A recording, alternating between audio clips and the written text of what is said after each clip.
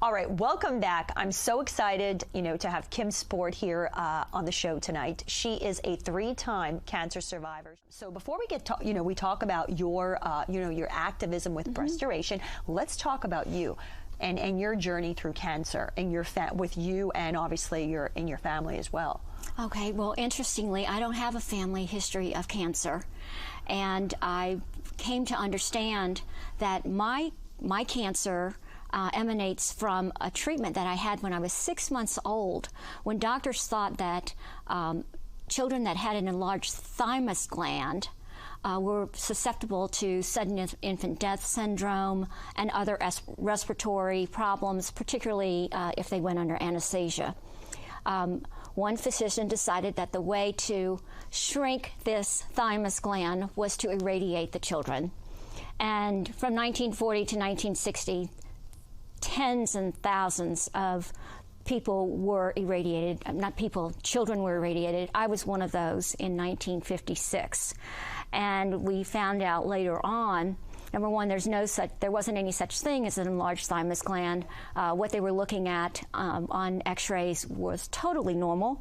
And also that people that had these radiation treatments were highly susceptible to upper body cancers, particularly thyroid cancer and breast cancer. So I was diagnosed with breast cancer in 2001, the first time, and I underwent a lumpectomy, chemotherapy, and radiation, and 5 years of hormone therapy. That's not fun, kind of going into menopause at a very young age. And then I was fine for 7 years and discovered a new primary cancer in the same breast. Because I had received my lifetime dosage of radiation on the breast with the first cancer, I had to have a mastectomy, and I opted to have a bilateral mastectomy and immediate reconstruction here in New Orleans. I think the first thing you think when you have a diagnosis of breast cancer is that you're going to lose your breast. I was just shocked the second time because I just thought I did everything. I felt like my body betrayed me the second time, and knowing I had to go through the mastectomy was a very traumatic experience. On the other hand, I had been involved in the breast cancer community as an activist for some time, so I was very aware that you could have immediate reconstruction, and I was also aware that you could probably come out looking maybe better than you did before. However, you would lose the normal function of the breast. You can't breastfeed a child. You don't have sensation in your breast anymore. But physically, I would look absolutely normal. Breastoration really came about between myself and some other breast cancer survivors and my physicians. They were seeing so many women who had never been told once they received their mastectomy that they could have reconstruction, or that reconstruction was an insured option for them. It's such a serious problem that 70% of all women who are diagnosed with breast cancer are not told that breast reconstruction is a surgical insured option for them. Right.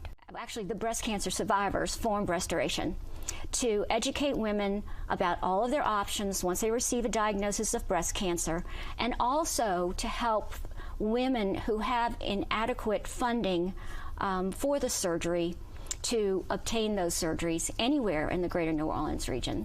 How do we keep the funds coming in? How can people support your cause to make sure that we have the funds to help as many women as possible? We have a website, breastoration.org. Our fund is currently administered by CAGNO, the Cancer Association of Greater New Orleans, so you can go to cagno.org. And I think the main way that people can help is to make sure that if someone that you love is diagnosed with breast cancer, that you help them find out all of their treatment options before they make any decision about what type of surgery they're going to have. There are lots of national organizations that do phenomenal work for breast cancer early detection, prevention, finding the cure.